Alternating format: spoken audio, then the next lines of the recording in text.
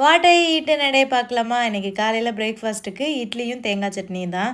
இந்த இட்லி வந்து பச்சை பயிரில் பண்ண இட்லிங்க. நான் ட்ரை பண்ணேன், நல்லா வந்திருந்தது. பட் நான் ரெசிபி வீடியோ எடுக்கல. நான் நெக்ஸ்ட் டைம் பண்ணும்போது வீடியோ எடுத்து உங்கள் கூட ஷேர் பண்ணுறேன். அப்புறம் பாதாம் ஊற வச்சுருந்தேன் காலையில் சாப்பிட்லான்னு மறந்துட்டேன். பிரேக்ஃபாஸ்ட் சாப்பிட்டதுக்கப்புறம் தான் ஞாபகம் வந்துச்சு. அதில் ஒரு 5 பாதாம் வந்து சாப்பிட்டேன். அப்புறமா ஒரு 11 மணி போல் ஒரு லெமன் ஜூஸ் போட்டு குடித்தேன். லெமன் ஜூஸ் என்ன மஞ்சளாக இருக்குது அப்படின்னு நினைக்காதீங்க. நான் வந்து ப்ரௌன் சுகர் போட்டனால மஞ்சளாக வந்து இருக்குது. மதியம் லஞ்சுக்கு வந்து சோறு, அப்புறமா கொள்ளு இருக்குல்ல, அதில் வந்து காரக்குழம்பு மாதிரி பண்ணியிருந்தேன். அப்புறம் அந்த பாடாவரக்காய் இருக்குல்ல, பாடாரங்காய்னு சொல்லுவோம், அது பொரியல், அந்த காய் பொரியல். கொள்ளு குழம்பு ரொம்ப நல்லா இருந்துச்சு. ஈவினிங் வந்து ஸ்நாக்ஸ் வந்து கொலக்கட்டை பண்ணியிருந்தேன். கூடவே வந்து பாதாம் பால், அந்த பாதாம் பவுடர் ப்ரீ மிக்ஸ்லாம் கடையில் விற்கும் பார்த்தீங்களா, அதெல்லாம் வாங்குறதில்ல. நானே வீட்டில் பாதாம் ஏலக்காய்லாம் போட்டு அரைச்சி வீட்டில் பாலில் சேர்த்து பண்ணுவேன்.